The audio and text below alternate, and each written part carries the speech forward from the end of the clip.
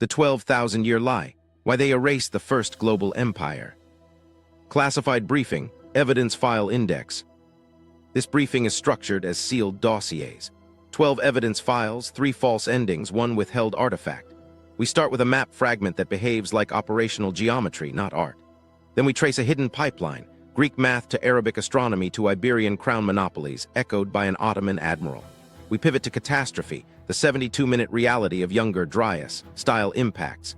Then follow the Maritime skeleton drowned under 120 meters of sea rise. We open the Sky Archive, test stones that won't behave, descend into Kola's heat wall and scan drowned shelves. Myths become operational warnings. We confront the delete key, secrecy, archivicide, professional silos, and finally assemble the case line. One final seal remains, the artifact that ties the map to the sky. You'll know why it was withheld when we get there. File 1 is unlocked. The clock has started. Evidence File 1, the map that shouldn't exist. The vellum is cracked along the Atlantic. Piri Reis, 1513, gazelle skin, Ottoman Turkish notes in the margin. People call it a curiosity. It is. This was never a drawing, it was a weapon. Get this, Reis wasn't guessing. He was an admiral compiling intelligence. He says he used about 20 sources, Portuguese rudders, an Arabic map, 8 Timmy pieces, and a chart attributed to Columbus. That admission is the tell. He's not claiming invention, he's curating a spine. Now remember, this is early 16th century navigation. Latitude, fair game with a cross staff, astrolabe, or Polaris when the sky cooperates. Longitude, no reliable seagoing clock until the 18th century. Over an ocean, east-west distances drift, bearings wobble with magnetic declination and composite coastlines warp. Unless someone upstream already tamed the drift. Here's where it gets crazy. Mid-latitude South America on the fragment, Brazil down toward Patagonia, behaves as if it was laid on a disciplined template. Rotate it by a steady magnetic bias consistent with Atlantic practice and apply one uniform scale to undo a house league squeeze, and the inter-cape spacing holds through multiple bends. Not everywhere, but precisely where pilots were working the hardest. That uniformity is a shop fingerprint. In Lisbon, the Padrão Real. In Seville, the Padrón Real. Living master atlases, crown monopolies. Pilots returned with rudders, noon suns shot at capes, soundings, and leagues. Examiners averaged runs, applied a house declination, standardized the league. The master stayed locked. Copies to ships were partial, recalled on return. If you capture a pilot, a chest, or a tracing, you don't need the vault. You just need enough doctrine to inherit the tilt and squeeze. So what does the fragment show? The Caribbean wears Columbus's mistakes. Cuba fused into a mainland, Hispaniola borrowing features it shouldn't. That's good. It means we can isolate sources. Down the Brazilian bulge, past Bahia, around Cabo Frio, into the Santa Catarina sweep. Different handwriting, same geometry. Bearings oscillate around a mean instead of wandering like stitched guesses. Estuaries, Rio de la Plata, Santos, are over-enlarged in proportion, the mariner's bias you'd expect from a working chart, not a salon piece. They'll tell you the southern skirt is Antarctica. It is. Under neutral constraints, one rotation, one scale, the line sits too close to Patagonia, promontories misspaced, gulf widths wrong. That's Terra Australis logic, the era's habit of balancing a map with a southern mass when data runs dry. The discipline lives where ships sailed, the skirt is theater. Meanwhile, the marginalia whispers method. Ancient sources with no recent hands correcting them. In practice, that reads as restraint. Don't over-edit the authoritative geometry. Add the Arabic strand, astronomical tables, declinations, instrument habit, and you get the quiet backbone of Portolan craft. Respect latitudes first, average east-west next, pin bearings to a magnetic frame. It's not longitude solved, it's longitude neutralized. Here's a micro moment. Inside a crown office, an examiner lays 3 seasons of coastwise runs between 2 capes. Noon suns lock their latitudes within tens of miles. Log line leagues swing wide, then tighten under averaging. The house declination rotates the composite back toward a common north. The next morning, a pilot takes a partial copy to sea. That evening, his ship is taken by corsairs. Months later, an Ottoman admiral copies the geometry onto gazelle skin, leaves Columbus's islands messy, and preserves the mid-latitude spine without touching it. 5 centuries pass. The master sheets burn in a city that shakes. The fragment looks impossible because the vault is ash. While that was happening in crown workshops, artists in Venice etched presentation planispheres that lagged reality by design. That's the paradox we inherit. Public maps underperform where secrecy paid. Operational sheets never survive long at sea. The Piri fragment is a leak, not a leap. So what's at stake? If a single rigid transform stabilizes hundreds of miles of coast, then by 1511, 1513, somebody had already frozen a usable South American backbone. That shifts the narrative from brilliant guesswork to bureaucratic process. Repeated legs, standardized leagues, declination habit, estuary inflation as safety emphasis. It also sketches a motive. When charts are state weapons, truth is rationed. One detail from the notes won't shut up. Day length in far southern waters, long days, short nights. That's not a polar claim. It's an observational culture. Crews watching the sky, shooting suns at capes, building the anchors that let shape persist. The sky sits inside the coast. We're going to test that claim file by file. But for this dossier, lock the headline. The fragment isn't miraculous, it's mechanical. It carries the fingerprints of a hidden office, steady rotation, uniform east-west squeeze, proportional estuary bias, and the noise of a collage where the pipeline frayed. That's exactly how a weaponized map should look. Evidence File 2, the template nobody was supposed to see.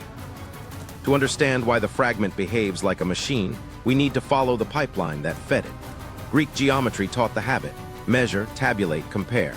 Arabic astronomy kept the sky alive in tables, solar declinations by day, star altitudes by season, instruments tuned to repeat. Iberian crown offices industrialized it, and an Ottoman admiral copied the results without sanding off their fingerprints. Here's the pattern you can hold in your head. When a coastline is compiled from disciplined inputs, you don't get chaos, you get oscillation around a mean.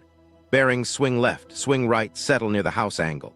Distances compressed by the same factor along a latitude band because a shop league runs short the same way everywhere. That's why the Brazilian mid-coast on Piri's sheet snaps under one rotation and one scale while the edges fray. It's inherited order, not genius guesswork. What nobody was supposed to see were the internal corrections. Think of Lisbon's office late in the season. 3 pilots lay down their runs between Salvador and Cabo Frio. One leaned west under current, one oversteered east, one hugged soundings with a cautious hand. The examiner doesn't average ignorance, he averages noise. Noon suns pin both capes to repeatable latitudes. A house declination rotates all tracks toward a common north. The shop league standard stretches or shrinks the chain until inter-cape spacing matches experience. That smoothed spine becomes the master. Every copy carries its tilt and squeeze. We can hear the echo of that habit in Ottoman hands. Piri's marginal note about ancient pieces with no recent hands correcting them reads like professional restraint. If a source is considered authoritative, you don't editorialize its geometry, you respect it. That's why the fragment's mid-latitudes preserve proportional estuary inflation. The Rio de la Plata and Santos Bay puffed by the same ratio, while the Caribbean, sourced from a different bundle, drifts into Columbus's fusions. 2 parents, 2 behaviors on one skin. Meanwhile, across the Mediterranean, another office is running the same math in a different tongue. Arabic treatises had already normalized the trick of turning the sky into numbers. Declination tables make latitudes portable. Quadrants and astrolabes make them repeatable across crews. Add a room line lattice, the windrows web pilots plot against, and you've got a framework where longitude doesn't have to be solved if drift is neutralized at anchors. That's the quiet genius, a pseudo-equidistant mindset that locks north, south first, then averages east, west with a stable compass bias. A quick micro story threads the chain. A Portuguese pilot returns with a rudder crammed with bearings, leagues, and the smell of pitch. The examiner copies the legs, throws out the wild outliers, and replots the coastal chord across a standard windrows. He writes a small, invisible correction in the margin. +2 degrees to house north. The shop scale bar, so many leagues to a degree, sits under his hand like a metronome. Weeks later, a clean fare copy is checked against soundings and issued to a captain. Months later, corsairs board her in a fog bank off Cape Verde. The chest goes east. In Cairo, an instrument maker fixes a bent alidade and swaps tables with a cousin in Alexandria. In Istanbul, a naval bureau writes neat Ottoman notes around a geometry it didn't dare correct. What nobody outside the vault should have seen: oscillating bearings around a mean, uniform league squeeze declination discipline now sits in public on a folded gazelle skin. That's why the fragment feels ahead of its class in the exact zone where fleets worked hardest.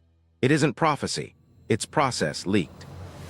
There's a second fingerprint hiding in plain sight: standardized estuary exaggeration.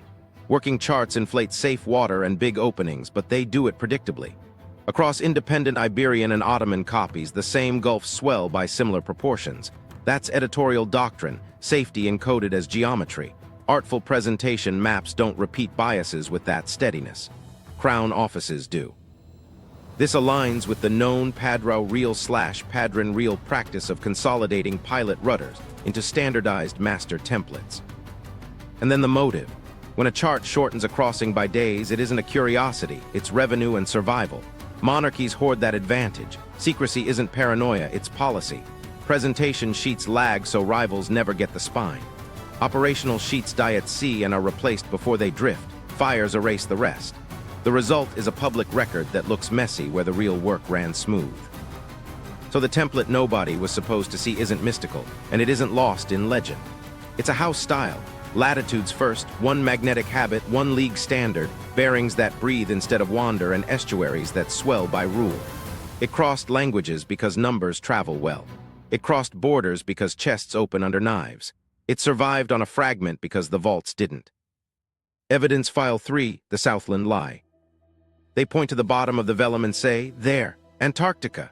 It's the neatest story in the room. It's also the least honest. Look closely.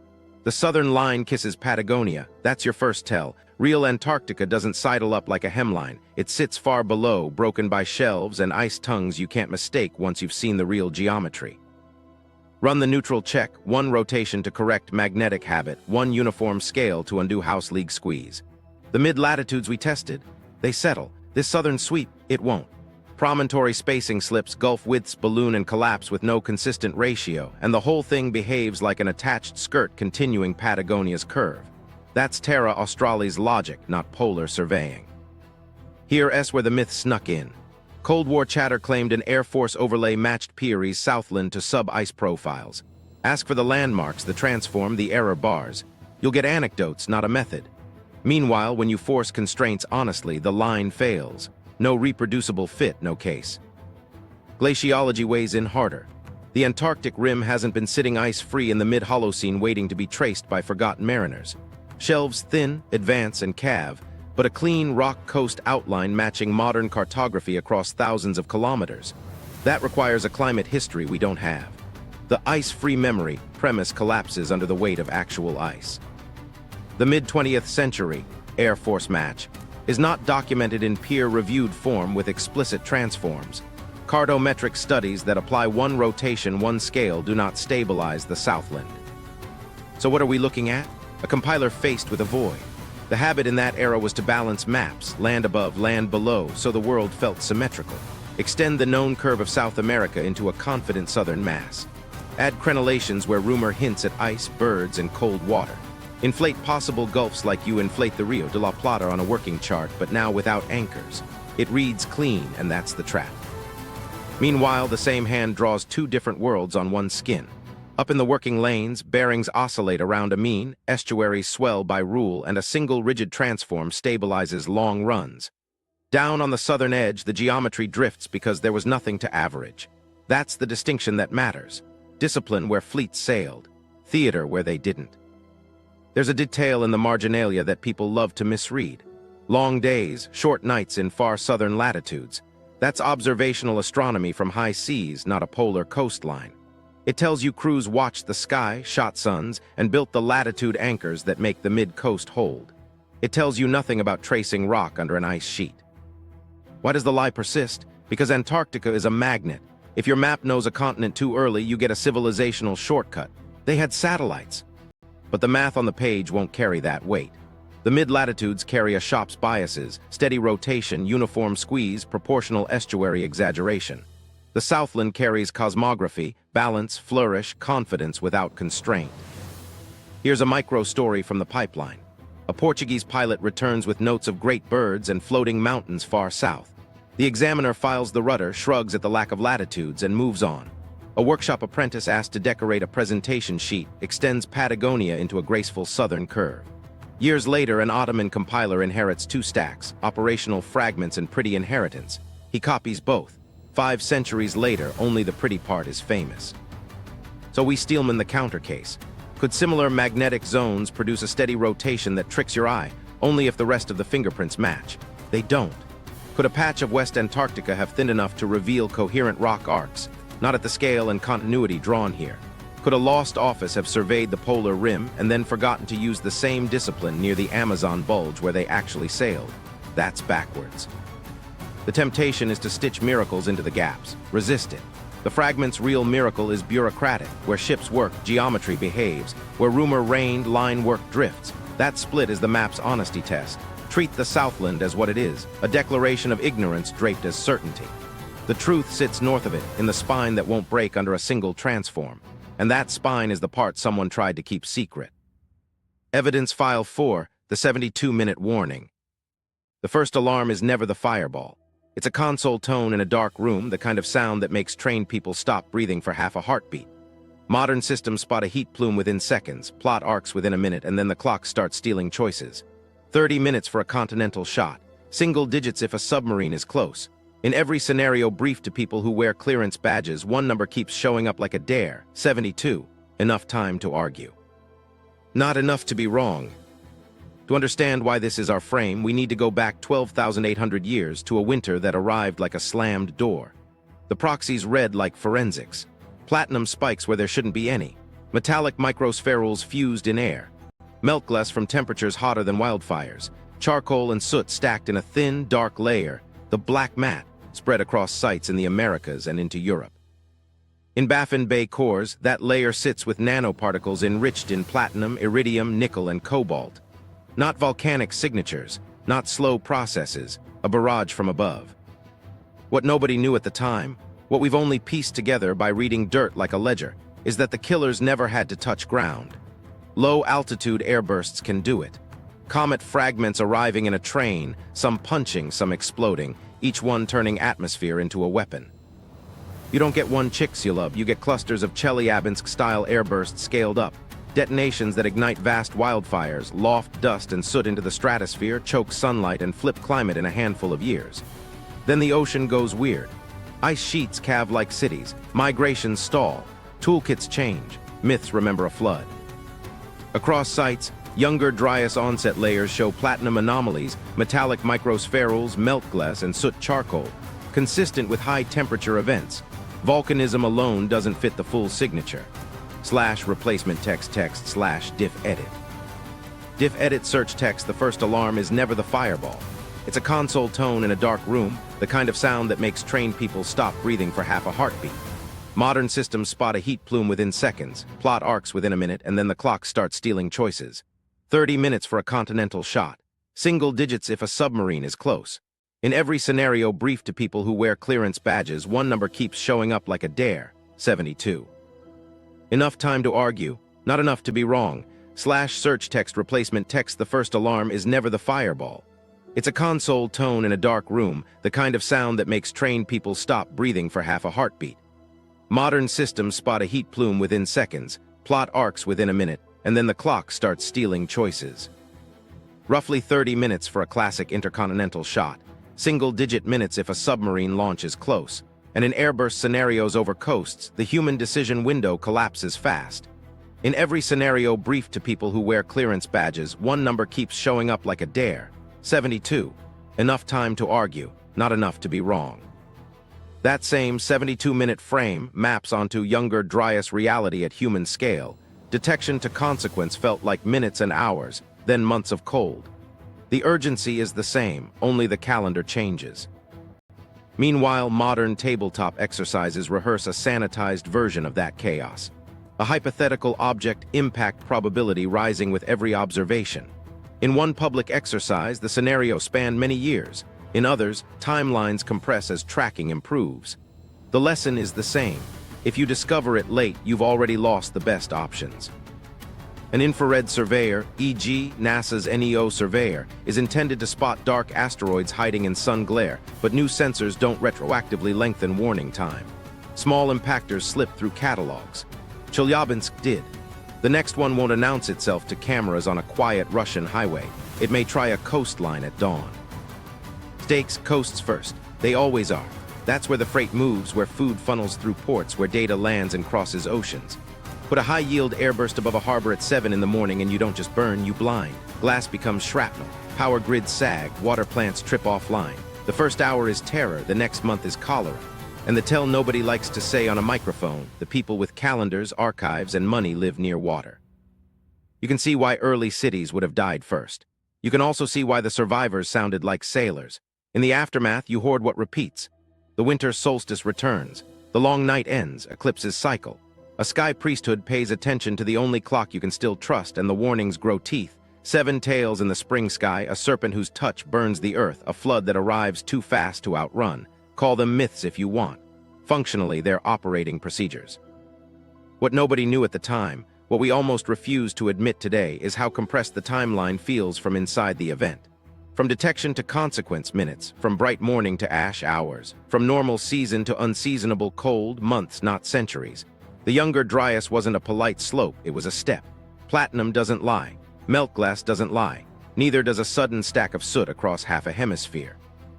The hard part is admitting we've rebuilt the same vulnerability. More people live in the coastal band now than at any point in history. We turned shorelines into supply chains and stacked our memory in basements that flood. Our defense posture rehearses megatons and treaties, while the most likely wound arrives as a smaller rock we spot late and an airburst we weren't ready to interpret. The 72-minute frame isn't melodrama.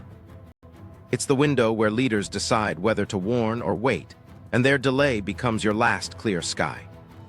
Here's the hinge to the next file. If coasts die first, who survives the first week? Not inland farmers in winter, not kings in palaces too far from food, the people already at sea. The ones who read the sky without a clock, who keep redundant maps, who can arrive at a drowned river mouth and still find a channel. If memory had a lifeboat, it floated. And when the water rose 120 meters over the next millennia, it took the ports we need to study with it. Evidence File 5, the Maritime Skeleton. To see the city that taught the survivors, you have to lower sea level in your mind by 120 meters. Pull the shoreline back to the shelf edge and coastlines turn inside out. Drowned river valleys bloom like the roots of a forest. V-shaped canyons cut into continental margins, each one a highway that once carried boats up to markets that no longer exist. The map the ocean kept isn't ruins, it's geometry. Start with shelf bathymetry. On modern charts, the continental shelf looks smooth until you zoom in. Then right angles appear in the seafloor, cross-cuts where paleochannels meet tidal mouths, elbows where estuarine bends once turned around promontories that are now reefs. Those aren't common at this scale without the hand of a river negotiating flood and tide. If you were placing a harbor 2 lifetimes after the cold slam, you'd follow those lines. Everyone did. Doggerland makes it human. North Sea cores carry pollen flips, forest, grass, then marsh, exactly when meltwater rewrote the coast. Lidar of the surviving islands shows causeways aligned to sandbars that used to crest dry each summer. People walked the tide and timed markets to it. Then the channel took it all back. In the silt, you can still pull up tools from a field that now lies under trawler wakes. Meanwhile, on the far side of the world, the Gulf of Combat remains a caution more than a prize. Sonar picked what looked like rectilinear fields under turbid water. Currents misbehave there, building illusions out of pattern hunger. But even where the city dissolves, the shelf still draws the same diagram. Outflow canyons, levee shelves, and scalloped edges where bays once took wind and wave. Geometry survives even when artifacts won't. Here's the part you can hold. Navigation leaves maps, not myths. When you pour a route through generations, what persists are named turns, fixed stars, and distances between river mouths. Trade fingerprints show up where land lets them. Obsidian traces move across water where no footpath could. Shells from warm seas climb inland passes in quantities that only boats can justify. Copper and tin marry in places that lack both. The ledger says Maritime, even when the ledger fell into the tide. A micro story makes it sharp. A pilot is eating breakfast when the sonar printout slides across his plate. The return looks wrong, too straight, too neat for a sand wave. He drops his cup. It shatters on the galley floor. 20 minutes later, he's on the radio suggesting a second pass. A week later, the debrief lands in an inbox with 3 redactions and 1 stamped word: defer. The shelf keeps its secret, not because it's mystical, but because the classification schedule can outlive a funding cycle. Meanwhile, inland, Lidar strips the leaves off whole countries. Grids appear where impossible once stood. Avenue alignments, causeways, reservoirs, urban logic where jungle convinced us otherwise. If that's what survives inland, imagine the density along coasts repeatedly settled, abandoned, resettled, then drowned. We're mapping the leftovers of the leftovers. Unknown to them across town, a Lidar tech watched a scan stitch into a perfect rectilinear plan. Then the drive crashed. Months later, a rescan found the same pattern under a different canopy. Twice lost, twice found. That's the rhythm you hear when technology finally meets stubborn ground truth. It also tells you why the shelf remains dark. The tools exist, multi-beam sonar, sub-bottom profilers, but the missions chase wrecks with insurance claims, not vanished avenues with no owner. It gets tighter. Sediment cores pulled off old river mouths show soot layers stacked like a bad memory, then pollen that doesn't fit the climate you'd expect. Abrupt regime shifts show up in mud as neatly as they do in ice. The coast tells you when fires passed and farmers didn't return. It whispers the date markets went silent and shipyards stood empty. Then it records the day someone new sailed in and tried again. Here's the hinge. If memory had a lifeboat, it launched from these mouths. The people who survived knew how to read stars when calendars failed and how to ride flood and ebb without a clock. Their classrooms were channels, their libraries were pilot rudders. When the water rose, the shelves took their addresses. The logic stayed aboard. The next file opens the archive that couldn't burn, stone aligned to sky, calendars cut into light. Evidence File 6, the Sky Archive. If the shelves drowned the ledgers, the sky kept the index. Stone remembers light in ways parchment never could, and everywhere survivors rebuilt, they anchored time to the horizon. Not as ornament, as operating procedure. Get this, Newgrange looks like a burial mound until one morning a year when the sun threads a slot above the door and walks a beam down the passage to the back chamber. No inscription, no king's boast, just a lock that fits only the winter solstice key. That's not poetry, it's a reset switch. The world will brighten again. Plant after that. Meanwhile, across the water, the stones at Göbekli Tepe stand like an argument against our timelines.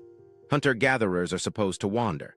These people carved pillars taller than themselves, hauled them into rings, and filled the faces with animals and signs. The surprise isn't the art, it's the discipline.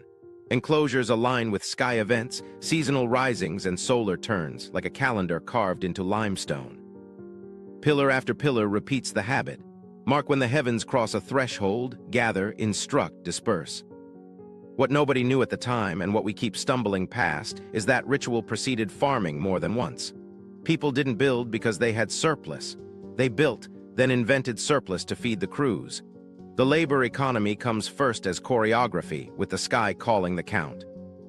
Watch the Nebra disc for a quieter version of the same logic. Bronze inlaid gold, a circle, a crescent, a tight knot of 7 that reads like the Pleiades and edge arcs added later. It's simple until you notice the corrections. Pieces affixed, then moved as if someone tuned an instrument over generations. A portable sky you can hold against the horizon and know when to fix your year. Here's a micro story buried in the beams. A winter before seed, a whole valley walks up the Newgrange passage in the dark. Breath fogs, someone shields the entrance. When the slot brightens, a child gasps because the stone glows from inside. A priest doesn't lecture, he nods once. The room remembers the same way tomorrow will forget. Ritual isn't theater here, it's version control. Back at Göbekli, the ring builders weren't leaving us code words. They were pinning their lives to repeatable moments. The day the sun turns, the night a star cluster rises at dawn, the length of shadow when a season's shift begins. If a winter can slam a world shut in a handful of years, your calendar matters more than your palace. You don't need a city first, you need a common clock. There's a detail that slips past the glossy photos. The enclosures were buried deliberately, one atop another, as if a chapter closes by entombing its instrument. Memory curated in layers, not left to weather. Later agriculture doesn't erase that intent. It borrows it. Fields are calendars too, just laid flat and green. And then you see how the pieces talk. Newgrange fixes a solstice with architecture. Göbekli slices seasons with sightlines.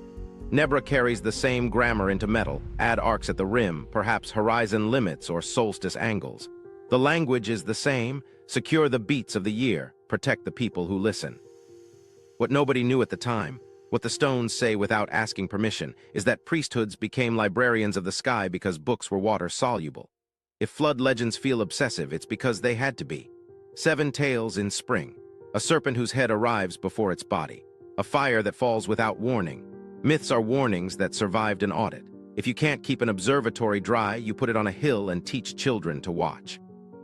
Here's the hinge. We've chased palaces for 100 years of digging and walked past the calendars that set their schedules. The Sky Archive isn't the past being poetic. It's logistics encoded. After catastrophe, you rebuild the things that keep you alive first: water, roots, and time. The stones remember what we're trained to forget. A calendar can be a shelter. We'll test that shelter next against stones that refuse to behave like stone, blocks moved without metal, corridors laid like our hands, and a labor engine that doesn't start with grain. Stone outlasts flood, so do the rules it teaches. Evidence File 7, the stone that won't behave. Stone isn't supposed to move like this. It doesn't volunteer, it doesn't travel, and it definitely doesn't align itself to seconds of sky without iron or wheels. Yet across a band from Brittany to the Levant, blocks shift like obedient machinery, corridors run as if they know where the sun will be, and entire hillsides rise and are then buried on purpose, as if the point was less the building than the lesson the building carried.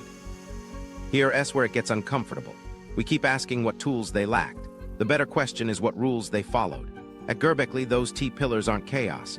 They're labor economies disguised as ritual. Quarry here, haul there, orient to a celestial cue, carve a bestiary that reminds you what season you're in, raise it with a crew that has been drilled by repetition. Then, this is the part that throws archaeologists. Bury the enclosure deliberately and start over. That's not waste. That's memory curation. You lock a chapter by interring its instrument, layer on layer, so the calendar can't be tampered with by weather or kings.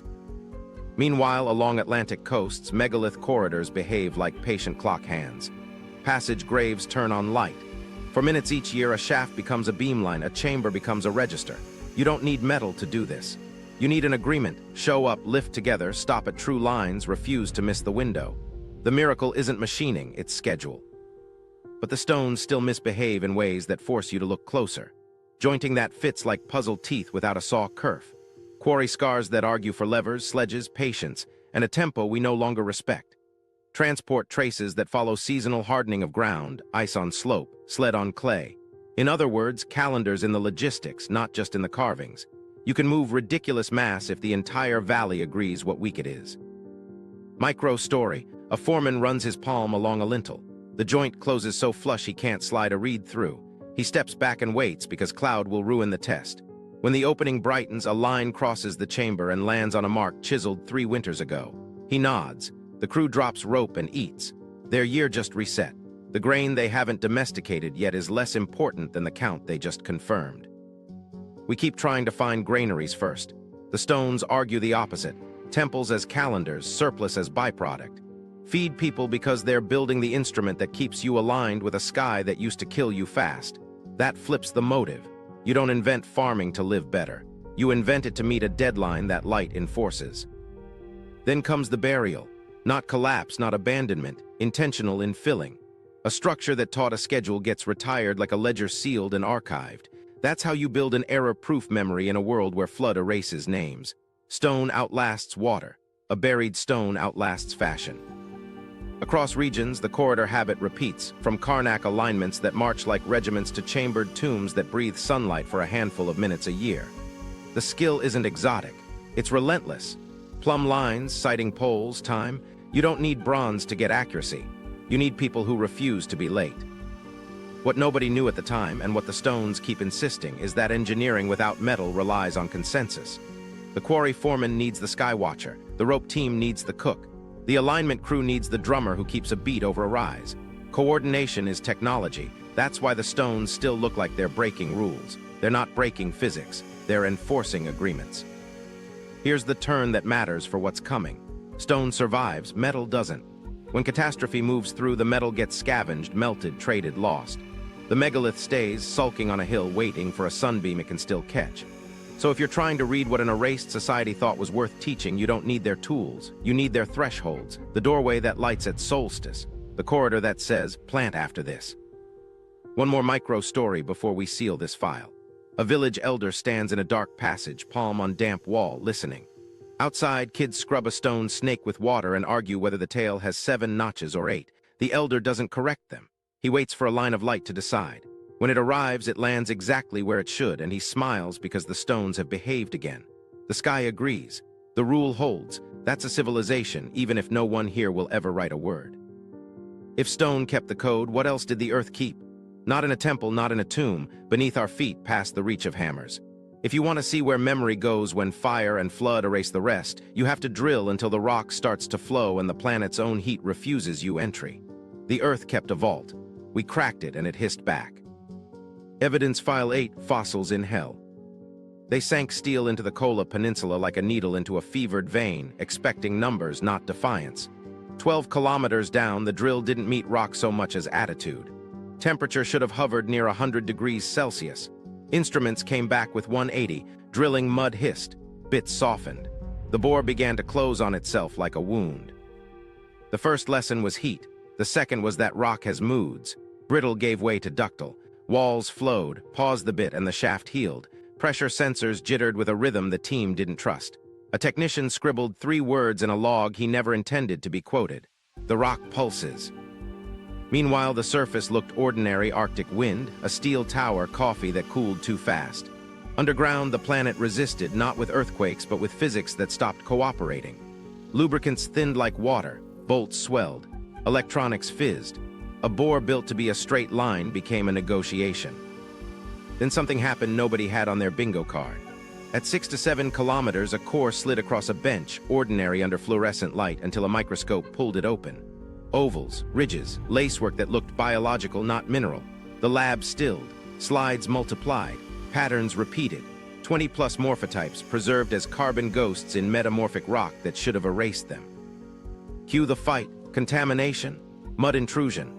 The field team sterilized gear, ran controls, dated isotopes.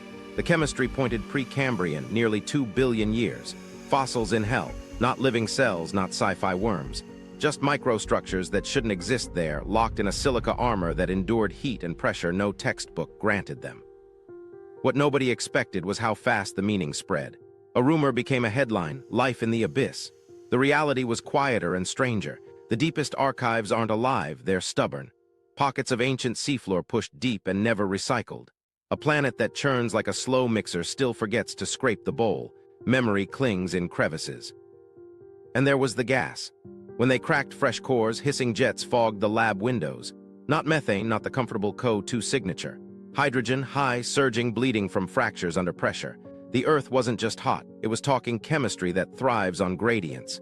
It didn't prove a deep biosphere here, but it teased the conditions life loves. Electrons begging to move. Micro story: a photographer bored of gray cylinders leans on an eyepiece and freezes. On the slide, a spiral delicate as a fingerprint glows like a smudge of starlight. He swears quietly because profanity is the right size for revelations. Across the lab, a geochemist lifts a spectrometer readout and whispers, "Carbon, nitrogen." 2 words heavier than the rig above them. Kola cores did report microfossil-like structures in metamorphic rocks at depth, interpreted as ancient biogenic traces preserved by silica under heat and pressure. The myth machine had fun with the rest, the screams from hell tape cooked by resonance and imagination. The crew laughed and kept drilling until the bore jammed again and the numbers made quitting look like the only adult choice. Officially, budget. Unofficially, the planet didn't want to be read that way. Heat is a lock. Ductile flow is the tumbling pin that never sets. So what's the lesson lodged in that steel scar? The deepest archives are off limits or underwater. Past a certain depth, matter behaves like memory, flexing, erasing, resisting intrusion. If you want to find the oldest city, stop looking down mine shafts. Look where sea level rose and covered shorelines whole. The Kola shaft is a shrine to limits and a compass needle pointing seaward. There's another angle. Those fossils, those stubborn outlines, blur the line we drew too cleanly between geology and biology. Life writes itself into stone, and stone, under heat and pressure, doesn't always delete it. That matters for Earth. It matters for Mars, Europa, anywhere heat and water made chemistry walk. Kola wasn't a failure, it was a calibration. One last micro story. Years after the rig fell quiet, a technician returns in winter and rests his hands on the capped shaft. In the cold, the steel breathes warmth up his palms, a faint exhale from miles below. He thinks about the slides he once labeled, the hydrogen that hissed like a kettle, the way rock closed around their ambition. He doesn't feel defeated. He feels warned. Because if Earth keeps a vault, it guards it with temperature and time. If memory survives, it does so in places our drills can't hold. Which means the next file isn't underground at all. It's out on the shelves where cities went when the water climbed and the wind erased their names. The ocean is quieter than Kola. It's also far more generous if you know what geometry to ask. Evidence File 9, The Drowned World. Drop sea level in your head again and the world redraws itself. Continental shelves aren't margins, they're boulevards. The ocean didn't erase cities, it hid there on ramps. Start with what the seafloor says when you stop treating blue as blank. Multi-beam bathymetry lights up drowned river valleys like neon. Dendritic canyons running from the old coastline to the shelf break, meanders frozen mid-turn, tidal deltas stranded as shadowed fans. Stack those shapes against today's ports and you see the pattern instantly.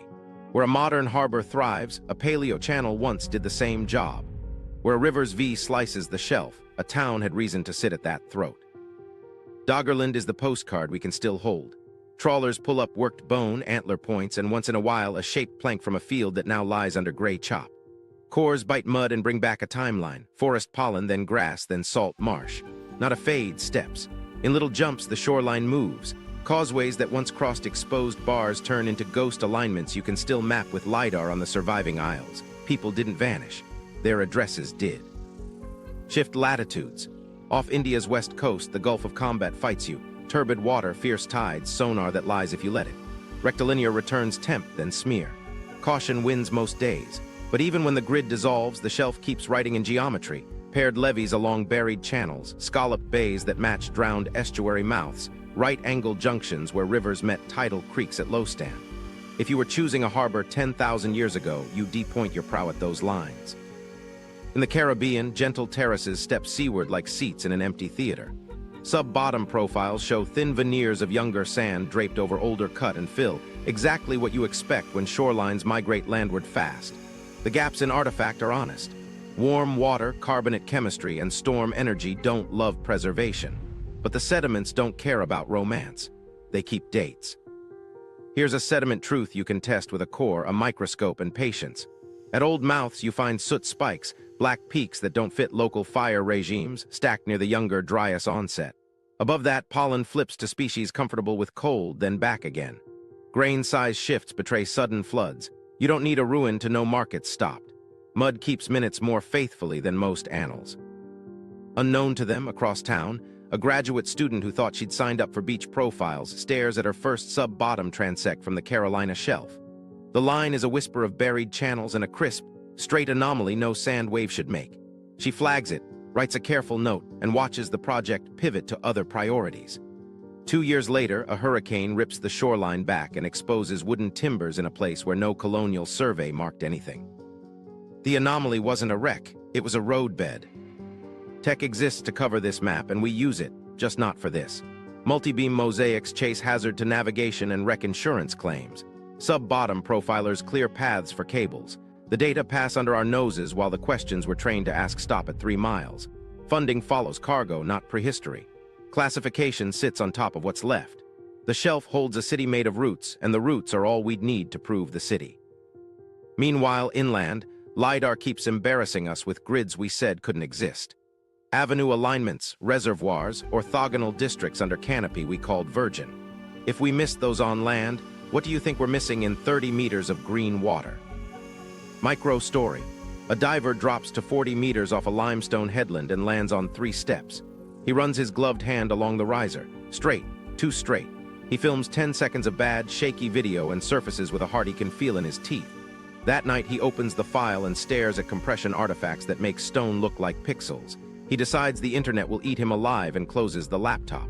2 months later, a storm sandblasts the site. The steps vanish under a fresh veil. His clip becomes a story he tells softly at bars. Here's the rub: bathymetric suspects are geometry, not proof, but geometry is how you start. Map the drowned dendrites, cross them with terraces, drop cores at junctions where a town would have sat to tax the tide. Look for soot, pollen flips, sudden grain jumps. Then go back with a camera when the water clears for a handful of days each year. It's procedure, not fantasy. One more quiet tell: rivers don't lie about commerce. Where multiple channels converge into a single estuary at low stand, that confluence is money. On 3 different shelves, separated by oceans and cultures, those exact nodes display the same submerged knuckle of higher ground, an island at -80, dry when people needed it. The ocean doesn't love coincidence, it loves physics. People love the same physics. Cliffhanger: without ruins, myths map shorelines if you read them like pilots. 7 bays, a serpent channel, a city of steps. They're not decoration, They're routing instructions. The next file turns those stories into instruments. We'll read sagas like rudders and watch the sky serpents become comets in a ledger you can hold. Evidence File 10, Myths as Operational Warnings. If you treat myths like bedtime stories, they behave like fog. If you read them like pilot rudders, they snap into charts. Flood stacks, comet serpents, 7 sages stepping ashore after a sea that shouldn't exist. These aren't flourishes. They're procedures encoded in narrative so they survive when ink drowns. Start with the flood catalog. Gilgamesh sends a bird from a hull that rode water where streets used to be. Plato's Solon hears an old priest mutter, "Many destructions of mankind," and ties moral failure to an island that sinks in a day and a night. Maori remember waves that leapt on land while the sky burned. Mesoamerican cycles turn worlds with a clock that ends in fire and water. Told together, they read like stacked reports. Heavy rain is not the villain, fallout and ash are. The black mat has a story voice. Then the sky serpent. Cultures that never traded silk agree on the shape. A long-bodied thing with many tails. 7 often. You see it in Mesoamerica's plumed serpent, in Chinese dragon astronomy, in Mediterranean depictions of comets with bristles. A single nucleus shedding fragments makes exactly that apparition. Beads on an invisible string, dust trains lit at dawn. A serpent whose head arrives before its body is a meteor stream the planet crosses. What nobody calls out in the poem is the part every sailor knows. A headwind that doesn't behave is a warning. A sky that grows a tail is worse. Myth as instrument. Multi-tailed serpents plausibly encode fragmenting comets. The 7 sages move like an after-action team. In Mesopotamian lists, Apkallu emerge from the sea to teach building, writing, measurement, the layout of cities. In Greek memory, culture-bearers drift in from abroad and set up rules about harbors and stars. Strip the gold and you get a job description. Maritime instructors landing at ruined coasts with the only library left, star positions, seasonal winds, and how to rebuild a calendar on a rock. Listen to how often the number 7 repeats when instruction meets recurrence. 7 sages, 7 tails, 7 gates, 7 days of waiting for waters to fall. It's a pedagogy hook, count to 7 and remember, but it also reads like calendrical scaffolding, a way to teach phases, risings, intervals. Myth pins time to numbers because numbers travel better than monuments. Micro story. A boy sits on a quay while an old woman traces a snake with 7 notches in wet ash. He asks if the monster is real. She says, "It comes when people forget the count." He thinks she means prayers. She means solstices. 40 years later, he tells the same tale to a child who never sees the ash layer they're standing on. World ages aren't superstition. They're restart logs. When a priesthood says the sun has turned 4 times and will turn again, it's warning you that calendars drift and somebody has to reset them. That's why eclipse cycles sit inside origin stories. An eclipse is the only celestial event that proves predictive power in a single lifetime. If your temple calls one, your city believes your flood warnings later. Now watch the operational function. Deluge myths almost always hide a route. A mountain where boats tie off, a sequence of birds to gauge shore, a list of peaks that reappear in order as waters drop. Comet stories hide sky grids, the place on the horizon where a serpent rises, the house it visits, the season that follows. Sages smuggle doctrine, how to measure shadow, where to dig a well above a salt push, why you never build below the last flood line carved on rock. According to witnesses in every language, the warning isn't subtle. Knowledge can be deleted faster than you can write it. So you cut it into stone, sing it in cycles, teach it to children as a monster. And you gatekeep. Not because you're greedy, but because precision dies when anyone can edit the calendar. Priesthoods don't just hoard power, they defend the only clock that kept your grandparents alive. Here's the part we forget. The stories weren't wrong, we stopped reading them as instruments. Treat the serpent as a ballistic diagram. Treat the sages as vessel crews. Treat the flood as a bathymetric forecast. Everything you need to not die on a coast is already in the poetry. What nobody knew at the time, and what we keep pretending not to see, is how fast a sky can become policy. The next file opens the ledger of deletion. Secrecy, archives burned, and incentives that still teach us to misfile warnings as myths. Evidence File 11, the delete key. Knowledge doesn't just vanish, it gets misfiled on purpose. Start with the quietest killer, institutional inertia. A finding that doesn't fit a syllabus dies in committee. A pilot's rudder that contradicts a respected engraving gets shelved as anomalous. A Lidar grid that embarrasses a textbook becomes premature. Nobody swings an axe. The archive suffocates under polite memos. Meanwhile, states learned early that charts are leverage. Crown monopolies hoarded master atlases like bullion. When the geometry paid, secrecy paid more. You don't publish a spine that shortens crossings, you issue partials and recall them salty. Operational truth lives in drawers. Presentation truth hangs on walls. Centuries later, the wall survives. The drawer burns. Archivicide is clumsier, but it works. Lisbon 1755 earthquake doesn't know what a padrão reel is. Fire learns for it. Shelves fall. Ink runs. Someone sweeping rubble has never seen a windrows. The master dies as casually as a ledger in a flooded basement. From the far side of time, it looks like a gap in genius. It was a gap in plumbing. Professional silos do the rest. Geologists don't read pilot rutters. Pilots don't read glaciology. Astronomers don't read mud. Each discipline guards its jargon like a coast. The catastrophe lives between them in a Venn diagram nobody staffs. A warning that requires 3 fields to cooperate arrives and dies in peer review because the reviewers only speak 2. Then there's bait. Antarctica myths are candy. If you're a gatekeeper trying to keep the public away from real geometry, you don't need censors. You need shinier nonsense. Flood a zone with claims that fail under constraints, and reasonable people decide the zone itself is unserious. The Southland becomes a circus. The mid-latitude spine quietly exits stage left. Micro story. An archivist opens a family Bible to a taped-in slip of vellum, a pilot's rudder in crabbed script. Bearings, leagues, a warning about a current that lies near a cape. She writes an email to a museum contact. The reply thanks her for interest and suggests a digitization queue in the coming years. She scans it at home, names the file Granddad's book, and dies. The attachment never leaves her laptop. Or this, a geologist stands by a poster at a conference, points to a soot spike and a pollen flip in a core taken off an old river mouth. A senior colleague smiles thinly and says, "So you're in the Hancock business now." Laughter buffers the dismissal. Months later, industry hires her to read the same sediments for hazards to pipelines.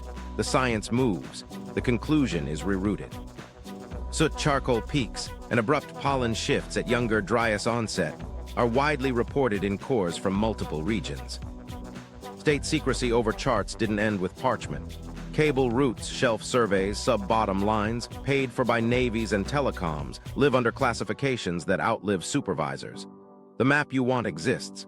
It's just stamped in a way that means you can't cite it. If you can't cite it, you can't teach it. If you can't teach it, it never happened. Media incentives finish the job. A neat viral story about lost continents outruns a careful piece about uniform league squeeze in 1513. A screaming headline about living fossils down a Russian borehole drowns out the actual shock. Microfossils fossilized where geology said none should survive. Spectacle draws the lens. Procedure falls outside the frame. Here's the pattern spelled out like a charge sheet. Mechanism 1, institutional inertia. Findings stalled until careers turn over. Mechanism 2, state secrecy over operation grade charts and surveys, data locked away because advantage beats publication. Mechanism 3, archivicide, fires, floods, administrative purges that erase masters and leave apprentices. Mechanism 4, silos, cross-field warnings mislabeled as speculation. Mechanism 5, media bait that shepherds attention to theatrics and away from testable fingerprints. Case posture, enough theory. Assemble the spine like a prosecutor. We have a fragment that stabilizes under a single rotation and scale exactly where fleets worked.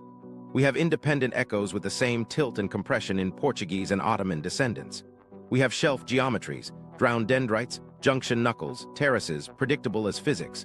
We have soot and pollen flips at drowned mouths that rhyme with impact proxies on land, platinum anomalies, microspherules, melt glass, charcoal soot. We have stone calendars doing logistics, not poetry. And we have a paper trail of incentives that reward hiding every one of those alignments. Micro story, a village elder draws a comet with 7 tails every spring and won't say why. A cable ship pings a buried channel and labels it obstruction. A museum mounts a Terra Australis as art and footnotes the windrows. A graduate student writes fired in her notebook and circles it, then crosses the word out and writes funded elsewhere. The delete key isn't a button, it's a habit. What nobody knew at the time, and what we can't pretend not to know now, is that the same incentives that hid crown spines 500 years ago still run the filing system. If truth threatens a ledger, it becomes a rumor. If a rumor threatens a budget, it becomes a joke. If a joke threatens a career, it becomes a ghost. The next file stops playing defense. 10 hard clues in one chain. No myths propping myths. No Antarctica. Just the map, the sky, the shelves, and the dirt saying the same sentence in different languages. Evidence file 12, the case line. All right, assemble the spine. 10 hard clues, one chain, no flourishes. First, the impact proxies. Across sites on 2 continents and out into Baffin Bay cores, you get the same thin boundary. Platinum anomalies, iridium traces, metallic microspherules, meltglass, soot. Not everywhere identical, but everywhere synchronous. The chemistry speaks the same accent. High-temperature events with extraterrestrial fingerprints. Second, the black mats and extinction layers. That dark band sits like a bruise at the Younger Dryas onset. Charcoal and soot stacked above last appearances for megafauna and tool traditions that change in the next horizon. It isn't neat, but it is clustered, a moment where climates flip and economies snap. Third, the sea rise. Drop a ruler across paleo coastlines and you get tilde 120 meters of climb from the late glacial into the Holocene. That number isn't poetry, it's bathymetry. Continental shelves didn't erase civilizations. They took the parts we most rely on to read them, ports, markets, pilot stones, and filed them underwater. Fourth, pre-agriculture monuments that run on astronomy. Newgrange locks to winter solstice light. Göbekli Tepe organizes labor and belief around sky cues. The Nebra disk carries horizon logic into metal. Calendars older than cities isn't romance, it's logistics after shock. Fifth, long-distance trade before states. Obsidian fingerprints cross water where foot traffic makes no sense. Shells and copper show up as couples inland. Tin marries copper far from source. The ledger reads like coasting routes compiled over lifetimes, not chance scatter. Sixth, mid-latitude map coherence that echoes crown templates. Apply one rotation and one scale to the Piri fragments Brazil to Patagonia run, and spacing stabilizes while edges fray exactly where early coverage thinned. Independent Iberian and Ottoman copies repeat the same tilt and uniform league squeeze. That's doctrine moving through hands. Seventh, Lidar cities in empty jungle. Orthogonal grids, causeways, reservoirs, urban order that hid in canopy because we assumed absence meant nothing. The implication is simple. If we missed this on land, we're blind on the shelves. Eighth, shelf bathymetry with geometric suspects. Drowned dendrites, Terra steps, junction knuckles where harbors would sit at low stand. Sub-bottom lines showing cut and fill beneath fair veneers. Geometry is not proof, but it is a compass. It keeps pointing at the same kinds of places. Ninth, myths with comet fingerprints and calendars. 7-tailed serpents, flood stacks, sages who arrive by sea with rules for harbors and stars. Read as rudders, not parables, they encode procedures. Roots in deluge narratives, sky grids in origin stories, reset counts in world ages. 10th, suppression patterns that match incentives. State secrecy over operational charts. Archival loss by fire and policy. Silos that misfile cross-field warnings. Media bait that drags eyes to Antarctica while mid-latitude fingerprints sit unclicked. The delete key isn't mystical, it's bureaucratic. Steelman the objections, Antarctica on the fragment. Under constraint it fails, too close to Patagonia, wrong spacing, glaciology unsupportive. Alternative causes for the boundary layer. Local fires explain soot, they don't explain widely distributed platinum spikes with impact spherules and melt glass. Volcanism fits some chemistry, it fails others. True longitudes in 1513, nobody claims them. The fit derives from latitudes, averaged leagues, and a shared magnetic habit baked into crown workshops. What nobody knew at the time, and what the chain now forces us to face, is how ordinary the mechanism can be. Catastrophe arrives from the sky, fast enough to compress human decision into minutes and cultural recovery into centuries. Survivors standardize what repeats, solstices, risings, tides, and encode it in stone and story. Maritime networks become the skeleton on which memory rides. States later monetize geometry, lock the spines, and let presentation sheets drift. Fires do the rest.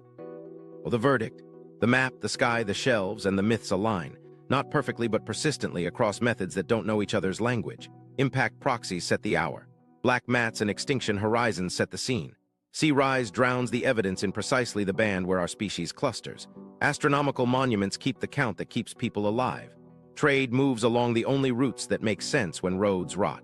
Mid-latitude cartometrics expose a hidden office at work. Lidar humiliates our priors on land. Bathymetry draws the same diagram offshore. Myths preserve procedures in the only medium that outlives flood. History isn't a straight ascent, it's a reboot. A maritime culture rode out a burn, taught calendars as survival tools, rebuilt on coasts that later sank, and left us a spine we weren't supposed to see. We saw it anyway. Now the question is whether a first global network existed. It's whether we'll admit its warning and finish the map they started. Contingency appendix, the motive and the cost. If you admit the spine is real, certain stories stop working. The first casualty is the comfort narrative, that history climbs a steady staircase from primitive to modern. A reboot ruins that arc. It says we learned fast, forgot fast, and built on shelves that later drowned. School books don't like sawtooth timelines. Funding models don't either. There's also money on the table. If coasts are history's fault line, zoning becomes an argument you can't postpone. Maps of submerged channels turn into maps of risk. You redraw floodplains, move hospitals, change insurance law, ports relocate up estuaries. Developers howl. Mayors count votes. It's cheaper to praise resilience than to move a power substation uphill. Education takes a hit in the pride. You revise curricula so priesthoods become timekeepers, not tyrants, and megaliths become logistics, not mysticism. Whole departments that orbit palaces would need to share orbit with calendars and pilot rudders. The journals where those stories live won't rush to greenlight their own demotion. Then the archives. If shelf surveys and cable routes hide drowned routes, you either declassify or admit your secrecy comes with cultural costs. Navies don't like either option. Telcos will argue their bottom line is not a museum's problem. The fix requires an adult sentence we rarely say out loud. Some advantages aren't worth what they erase. Large multi-beam and sub-bottom datasets often remain proprietary or classified, limiting academic visibility. Disaster prep stops being a hurricane kit and starts being a civilization playbook. 72 minutes isn't a speech flourish, it's a procurement timeline. You test siren paths with the same seriousness you test missiles. You design shelters for grid-out winters and potable water when river intakes churn with ash. You run coastal drills that assume glass will be the first wound and cholera the second. It's dull. It also works. Urban planning grows up or drowns. You forbid basements full of servers below known flood marks. You raise substations. You stop pretending a seawall is a policy. Where the shelf shows drowned dendrites marching inland, you zone with a memory longer than an election cycle. The cost is immediate and loud. The savings don't go viral. Cross-discipline labs are the hinge. Geologists reading mud beside astronomers reading sky beside mariners reading charts will find the spine faster than any single field can. You pay for joint language classes, glaciology for navigators, cartometrics for classicists, sedimentology for policy staffers who think pollen flip is a florist's problem. The return is a map you can act on. Archives open or vanish. You digitize rudders and put them in public stacks with search tools a teenager can use. You demand chain of custody for the private atlases families keep in drawers.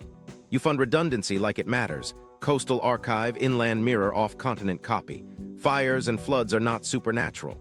They're line items. Treat them that way. You also replicate methods. Take the cartometric tests out of a whisper network. Publish the transforms. Build open software so anyone can run a one rotation, one scale fit on a fragment and see what settles. Fund multi-beam missions to target paleochannel junctions, not just rec lists. Drop cores where geometry says city, then publish the mud, not just the photo op. Crowd science fills the gaps institutions leave. Divers log steps at 40 meters without being laughed out of rooms. Sailors upload bathy traces with time and weather. Local pilots record currents that don't match charts. A global rudder emerges that isn't owned by a crown, just by people who live on water and care if their grandchildren do too. Motives aren't all dark, some are simple. Familiar stories feel safe. Bureaucracies protect what they know how to measure. Newsrooms chase spectacle. None of that requires malice. It still deletes memory. Admitting that isn't an indictment, it's an instruction. Write protocols that survive incentives. So the order's in plain speech. Build the new spine. Map the shelves with purpose, not as bycatch. Stand up labs that translate between mud, sky, and maps. Open the archives. Publish the transforms. Train a generation to read myths as instruments and stones as schedules. Update zoning to the world we actually live in. Treat 72 minutes as policy, not poetry. One last line because we started with a withheld artifact. The piece that ties the map to the sky exists. It's not magic. It's a rule set. Bearings, risings, resets, cut into stone, copied to skin, carried across water. File release pending. The pilot was halfway through a lukewarm breakfast when the multi-beam printout slid across his tray. He didn't look up. He looked down, parallel lines, then a 90-degree knuckle where no sand wave should turn that clean. His coffee cup slipped, cracked on the deck, and rolled in a small circle as if searching for gravity. He asked for a second pass, voice even, eyes not. The bridge ran the line again, same corner. By evening, the packet went upstairs with 3 black bars and one word stamped heavy in the corner: defer. Lidar tech learned not to blink. Her workstation stitched passes into a grid until a city plan hid in plain vines, avenues, drains, a courtyard that solved runoff like a proof. She hit save. The drive coughed again, and turned the plan into static. She walked outside, sat on a curb, and told herself it was a mirage. 3 months later, they flew a rescan. The grid reappeared, smug as geometry. She printed it twice. 1 copy went to the lab, 1 went under her floorboards. The archivist turned a family Bible on a kitchen table so gently it felt like a ritual. Between psalms and a blank leaf, a strip of vellum slept. Brown ink, tight hand, compass roses the size of thumbnails. From the river with 2 mouths, it began. Steer east by south a quarter, 10 leagues, minding the set to starboard. She photographed it with a phone and sent a careful email. The museum thanked her for interest and promised a queue. She scanned the rudder again, this time naming the file after her grandfather. 2 winters later, her nephew found the laptop in a box marked linens. The geologist drove 8 hours to stand beside a poster, a strip of mud blown up like a night sky. Her finger tapped the soot spike, then the pollen flipped, then the sharp gravel that meant flood. A senior smiled, not unkindly. "Brave to wade into that," he said. "Careful you don't drift into story." She nodded. Months later, a pipeline company hired her to read the same mud for buried hazards. She wrote the same report, traded the words boundary layer for risk horizon, and filed it in a server a lawyer owned. The village elder could still draw the serpent in one breath. 7 tails, a mouth like dawn. Every spring he pressed the ash line onto a stone step while children shouted numbers and argued about the count. He never corrected them. He only started over if someone rushed the head. "Too fast," he'd say, "and you forget where it rises." When his hand shook, he traced slower. The children learned patience before numbers. The diver hit 40 meters and found steps. 3 cut straight as a rule. He filmed 10 seconds before his breath turned loud in the mask and the silt rose at his touch. On shore, he watched the clip break into squares when the light fell wrong. He closed the laptop and said nothing online. A storm later filled the cove with new sand. He still swam there at dusk. Some evenings he could feel the edges with his fingers. The coffee spilled twice on the sonar console before anyone admitted the shelf was interesting. The Lidar tech brought her printouts to a meeting with no agenda slot. The archivist printed her email thread and stapled it to the scan. The geologist bought a better core knife with her own money. The elder kept drawing. The diver kept quiet. The pattern threaded itself. The thing we need lives 1 drawer, 1 clearance, 1 tide beyond the habit we trust. On a Tuesday, a cable ship marked a buried ridge obstruction and went around. On a Friday, a city council voted to put servers in a basement below a flood mark everyone could still see on the bricks. On Sunday, a boy copied the 7 tails from memory and got 6. The elder smiled and tapped the gap. "Leave room," he said. "The sky will finish it." The immediate relevance. That winter comes back fast, the kind that slams in hours and edits calendars by force. We've rebuilt the same target set, coastal grids, basement memory, leadership windows measured in minutes. The warning isn't romantic. It's procedural, coasts first, glass first, water next, disease after. 72 minutes is not drama. It's the amount of clear sky between detection and regret.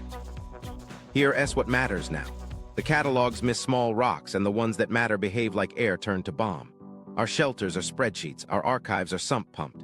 The fixes are dull and adult. Open the seabed data, map the drowned dendrites, publish the transforms, build inland mirrors for coastal memory, drill warning drills until they're muscle. Treat myths like instruments and stones like schedules. If this hit you in the gut, subscribe and stay in the room. Watch the next film where we show the artifact we held back and how to use it before the clock starts.